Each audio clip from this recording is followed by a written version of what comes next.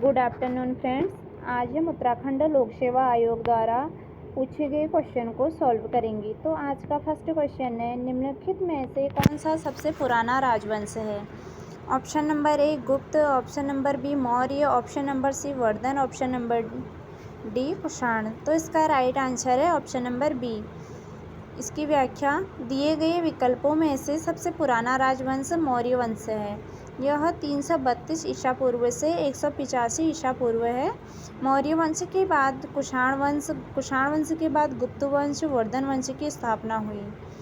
मौर्य वंश की स्थापना किसने की थी? तो मौर्य वंश की स्थापना की थी चंद्रगुप्त मौर्य ने।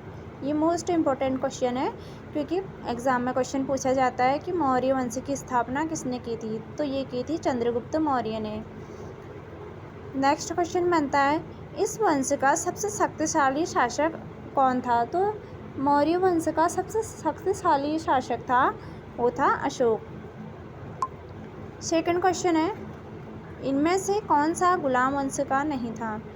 Option number A Balban, option number B Iltutmish, option number C Qutbuddin Aibak, option number D Ibrahim Lodi.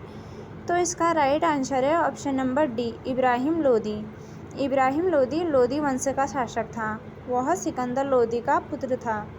तो एग्जाम में क्वेश्चन बनता है इब्राहिम लोदी किसका पुत्र था? तो ये सिकंदर लोदी का पुत्र था। 1526 ईस्वी में हुए पानीपत के प्रथम युद्ध में इब्राहिम लोदी बाबर से पराजित हो गया तथा मारा गया। कुतुबुद्दीन ऐबक गौरी का गुलाम था। इल्तुतमिश भी गौरी का गुलाम था तथा बलबन इल्तुतमिश का गुलाम था। तो एग्ज़ाम में क्वेश्चन बनता है बलबन किसका गुलाम था? तो ये इल्तुतमिश का गुलाम था। अतः ये तीनों ही गुलाम वंश के शासक थे। नेक्स्ट है, विजयनगर राज्य के संस्थापक थे। Option number A Harihar Bukka, option number B Krishnadeva Raya, option number C Pushyamitra, option number D Bhadrabahu. तो इसका राइट आंसर है ऑप्शन नंबर ए हरिहर और बुक्का। विजयनगर की स्थापना मोहम्मद बिन तुगलक के समय 1336 ईस्वी में हरिहर और बुक्का ने की थी। तो एग्ज़ाम में ये क्वेश्चन बनता है कि विजयनगर की स्थापना किसके समय में हुई थी? तो ये हुई थी मोहम्मद बिन तुगलक के समय में। और इसका जो कब हुई थी? ये हुई थी 1336 में हरिहर और बुक्का ने की थी। यह दक्षिण भारत का एकमात्र हिंदू राज्य था। इसकी स्थापना की प्रेरणा हरिहर और बुक्का को संत विद्यारण से प्राप्त हुई थी। विजयनगर की प्राचीन राजधानी हम्पी थी। एग्ज़ाम में ये क्वेश्चन बनता है कि विजयनगर की प्राचीन राजधानी क्या थी? तो ये थी हम्पी। ये मोस्ट इम्पोर्टेंट क्वेश्चन है। नेक्स्ट है, सम्राट जहांगीर को कहाँ दफनाया गया था? तो ये दफनाया गया था option number A Agra, option number B Delhi, option number C Lahore, option number D Srinagar. तो इसका राइट आंसर है ऑप्शन नंबर डी लाहौर में। सम्राट जहांगीर 1605 से 1627 ईस्वी तक जो है इसका शासनकाल था और ये अकबर का पुत्र था। जहांगीर की मृत्यु कब हुई थी? ये हुई थी 7 नवंबर 1627 ईस्वी को भीमवार नामक स्थान पर हुई। ये मोस्ट इम्पॉर्टेंट क्वेश्चन है कि जहांगीर की मृत्यु कब हुई थी? ये हुई थी 7 नवंबर 1627 को, क्योंकि किसी एग्ज़ाम में औरंगजेब की मृत्यु भी पूछी गई थी। उसे जो जहांगीर है उसे लाहौर के निकट शाहदरा में दफनाया गया और बाबर को काबुल में, अकबर को सिकंदरा में, शाहजहाँ को आगरा में तथा औरंगजेब को औरंगाबाद में दफनाया गया था। जो बाबर है ये मोस्ट इम्पोर्टेंट है। ये बाबर को जो है काबुल में दफनाया गया था। ये एग्ज़ाम में पूछा जाता है। नेक्स्ट है, मुग़ल चित्रकला ने किसके शासनकाल में उन्नति की? Option number A Aurangzeb, option number B Akbar, option number C Jahangir, option number D Shahjahan. तो इसका राइट आंसर है option number C Jahangir. Mughal चित्रकला ने सर्वाधिक उन्नति जहांगीर के समय में की। जहांगीर ने हेरात के आगा राजा के नेतृत्व में आगरा में एक चित्रशिला की स्थापना की तथा उनसे छवि चित्रों, प्राकृतिक दृश्यों को प्रोत्साहन दिया। जहांगीर के समय के प्रमुख चित्रकार फारूक बेग, दौलत, मनोहर, बिशनदास, मसूद एवं अबुल हसन थे। अबुल हसन मोस्ट इम्पोर्टेंट है, इसको याद रखना। जहांगीर ने अपनी आत्मकथा में लिखा है कि कोई भी चित्र, चाहे वह किसी भी मृतक व्यक्ति द्वारा बनाया गया हो या फिर जीवित, मैं देखते ही तुरंत बता सकता हूँ कि यह किस चित्रकार की कृति है। बाबर के पुत्र हुमायूं ने फारस एवं अफगानिस्तान के अपने निर्वासन के दौरान चित्रकला की नींव रखी थी। नेक्स्ट क्वेश्चन है, श्रीमद् भगवद गीता रहस्य के लेखक थे। Option number A Aurobindo Ghosh, option number B Bal Gangadhar Tilak, option number C Gopal Krishna Gokhale, option number D Mohandas Karamchand Gandhi. तो इसका राइट आंसर है option number B Bal Gangadhar तिलक। बाल गंगाधर तिलक ने श्रीमद् भगवद गीता रहस्य तथा आर्कटिक होम ऑफ आर्यन नामक पुस्तक की रचना की थी। तो एग्ज़ाम में ये क्वेश्चन बनता है, आर्कटिक होम ऑफ आर्यन नामक पुस्तक की रचना किसने की थी? तो ये की थी बाल गंगाधर तिलक ने। वे गर्म दल के नेता थे। ये क्वेश्चन एग्ज़ाम में बनता है गर्म दल और नरम दल से। तो गर्म दल के नेता कौन थे? बाल गंगाधर तिलक थे। उन्होंने लोगों में क्रांतिकारी विचार उत्पन्न करने की तथा राष्ट्रीयता की भावना का प्रचार करने के लिए गणेश उत्सव व शिवाजी उत्सव मनाने की शुरुआत भी की थी।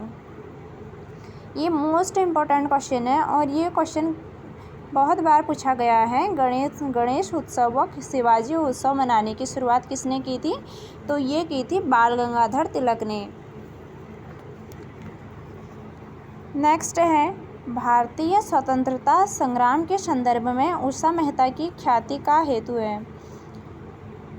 ऑप्शन नंबर ए भारत छोड़ो आंदोलन की बेला में कांग्रेस के गुप्त रेडियो का संचालन, ऑप्शन नंबर बी द्वितीय गोलमेज सम्मेलन में सहभागिता, ऑप्शन नंबर सी आज़ाद हिंद फौज की एक टुकड़ी का नेतृत्व, option number D Pandit Jawaharlal Nehru की अंतरिम सरकार के गठन में सहायक भूमिका का निर्वहन।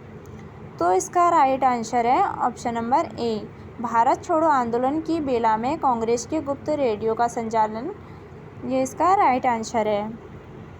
उषा मेहता ने भारत छोड़ो आंदोलन के दौरान गुप्त रेडियो का प्रसारण किया था। ये मोस्ट इम्पोर्टेंट क्वेश्चन है, गुप्त रेडियो का प्रसारण किसने किया था? तो ये किया था उषा मेहता ने। और कब किया था? ये किया था भारत छोड़ो आंदोलन के दौरान।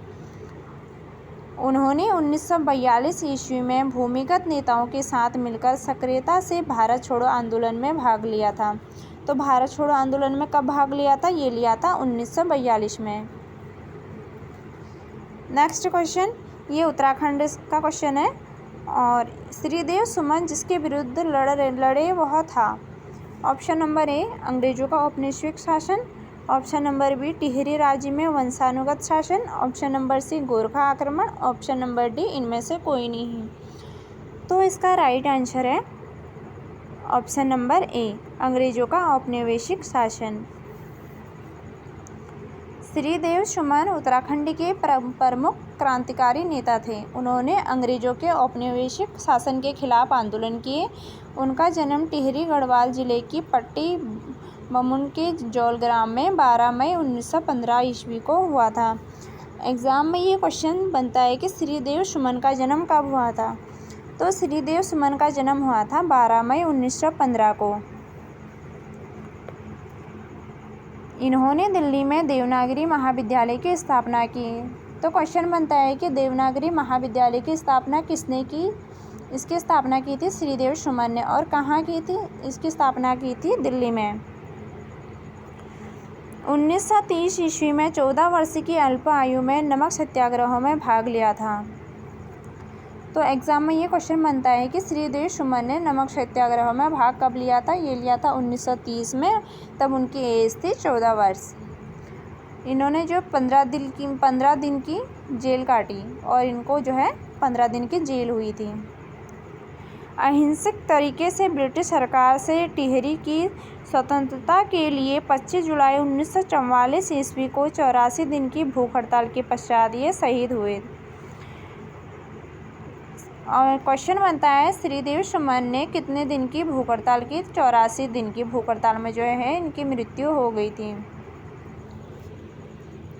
नेक्स्ट क्वेश्चन है, भारत में 15 अगस्त 1947 ईस्वी के पश्चात भी किसी औपनिवेशिक शक्ति के विरुद्ध स्वाधीनता संघर्ष जारी रखना पड़ा। Option number A French, option number B Dutch, option number C British, option number D पुर्तगाली। तो इसका राइट आंसर है ऑप्शन नंबर डी। भारत में 15 अगस्त 1947 ईस्वी के बाद भी पुर्तगालियों के विरुद्ध स्वाधीनता संघर्ष जारी रखना पड़ा। पुर्तगाली सबसे पहले 1498 ईस्वी में भारत आए तथा सबसे बाद में 1961 ईस्वी में भारत से गए। ये मोस्ट इम्पोर्टेंट क्वेश्चन है और यहाँ से 2 क्वेश्चन बनते हैं। तो फर्स्ट क्वेश्चन है, पुर्तगाली सबसे पहले भारत कब आए थे? ये आए थे 1498 में। और सबसे बाद में कब गए? तो ये गए थे 1961 में। नेक्स्ट क्वेश्चन है, नीलगिरी पर्वतमाला किस राज्य में स्थित है? वह है तमिलनाडु, महाराष्ट्र, ओडिशा, उत्तराखंड।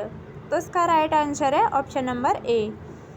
नीलगिरी पर्वतमाला पूर्वी घाट और पश्चिमी घाट के मिलन स्थल पर तमिलनाडु राज्य में स्थित है।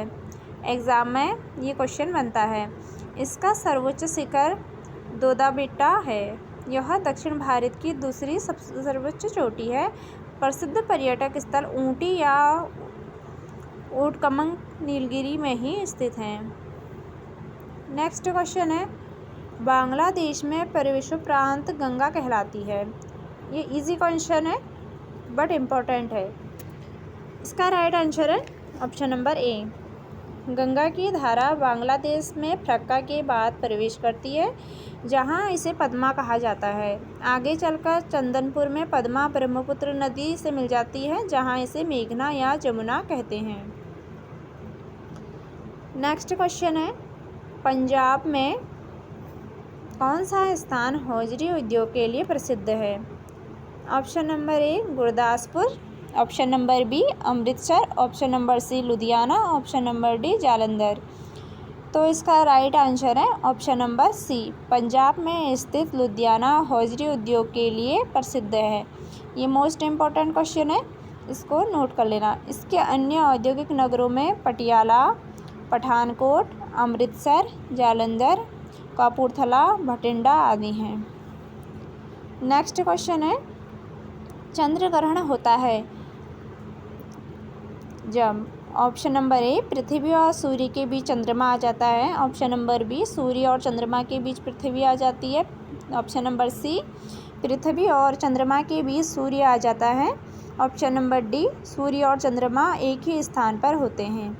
तो इसका राइट आंसर है ऑप्शन नंबर बी, सूर्य और चंद्रमा के बीच जब पृथ्वी आ जाती है तो चंद्र ग्रहण होता है। जब सूर्य एवं चंद्रमा के बीच पृथ्वी आती है तो सूर्य की पूरी रोशनी जो है चंद्रमा पर नहीं पड़ती है, इसे चंद्र ग्रहण कहते हैं। चंद्र ग्रहण हमेशा पूर्णिमा की रात में ही होता है, प्रत्येक पूर्णिमा को चंद्र ग्रहण नहीं होता।